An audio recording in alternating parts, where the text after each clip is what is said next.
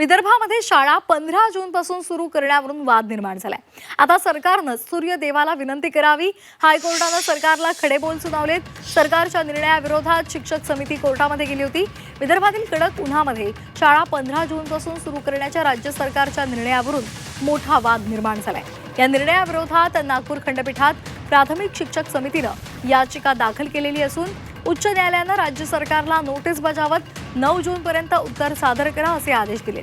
या सुनावणी दरम्यान हायकोर्टानं राज्य सरकारला थेट सवाल केला।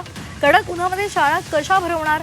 विदर्भातील तापमान मे जून महिन्यामध्ये अनेकदा 40 अंश सेल्सिअसच्या पुढे जातं।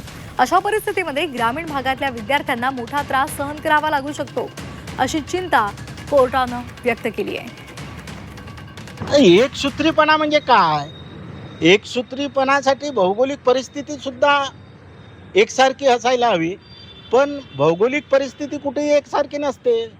मुंबईत ज्यावेळी तापमान जेवढं असतं तेवढं विदर्भात असू शकत नाही। आज जगातल्या काही मोजक्या शहरामध्ये विदर्भाचं तापमान जास्त आहे। अलीकडे वर्धा अकोला इथलं तापमान जगातलं सर्वात जास्त तापमान मोजलं गेलं आहे। आणि अशी परिस्थिती असताना एकसूत्रीपणाच्या नावाखाली एका दिवशी शाळा सुरू करण्याचा हट्ट करणं ही अनाकलनीय बाब आहे, अव्यवहार्य निर्णय आहे।